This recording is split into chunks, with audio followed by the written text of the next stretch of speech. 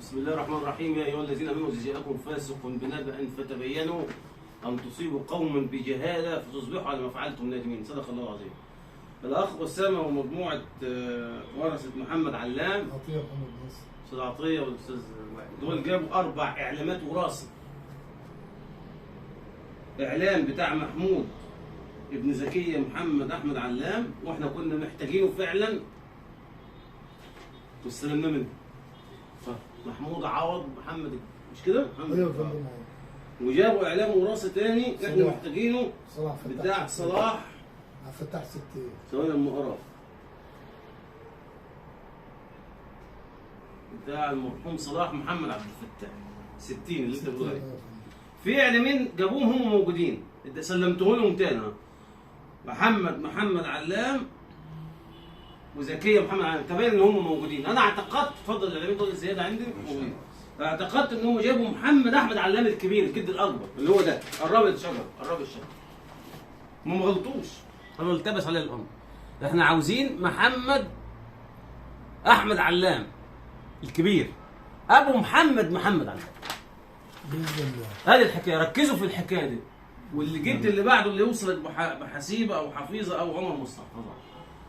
لكن واحده تتصل وتسجل مكالمه من غير علمي، دي تعتبر نفسها ان هي مش موكل عندي، انا اتنحى عن وكاله. اسمها ايه؟ هي المدام نشوى. هي اللي لا، اللي سجلت المكالمه اسمها بنت اختي نشوى اللي موكله في الدعوه؟ لا بنت اخت ثانيه موكله؟ لا امها اللي متوكله، بس نشوى اللي اي واحد يسجل مكالمه من غير علمي، احنا كلامنا واضح، ما بنتاجرش في المخدرات يا باشا، احنا بنتكلم في اوراق.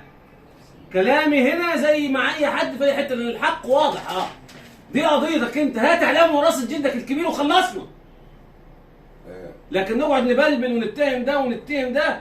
العائلات اللي بتتصارع مع بعض مش هتاخد حاجه، ربنا مش هيبارك في عملها. صح يا باشا، صح والله كلامك صح. والله العظيم في واحد كسب قضيه كلامك صح، وقبض فلوس لم يتصل بيها من ساعه ما جاب التوكيل لحد ما قبض. كلامك صح. واللي بعتت المكالمه دي مش بنت اختي نشوى.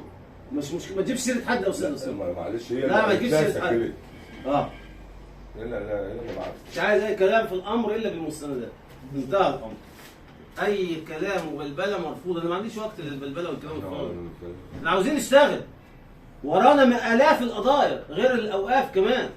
والله يا باشا يوم ما احنا جبنا لك الاستاذه نشوى بس بذلت مجهود كبير، وانت بذلت مجهود كبير، وانتوا بذلتوا، كلكم تعاونوا مع بعض.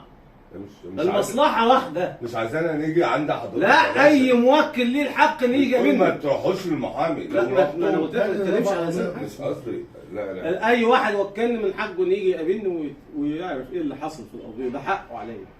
ما نقدرش امنع حد ولا افضل حد على حد. تعال استاذ، ما نقدرش نفضل حد على حد. فارجو ان الناس تتعاون مع بعض. وملفكم من النهارده مع الاستاذ تامر، الاتصال هيكون بالاستاذ تامر. اتفضل استاذ تامر، اديهم تليفوناتك وعلي تعلام. الفرع ده فرع من فروع علي جربان. ماشي، اتصال عشان ما حدش يسجل لي مكالمات ويحسب عليها كده. لا الحمد لله احنا بنجي لك على طول. احنا احنا بنجي لك على طول يا باشا. شكرا والسلام عليكم ورحمه الله وبركاته.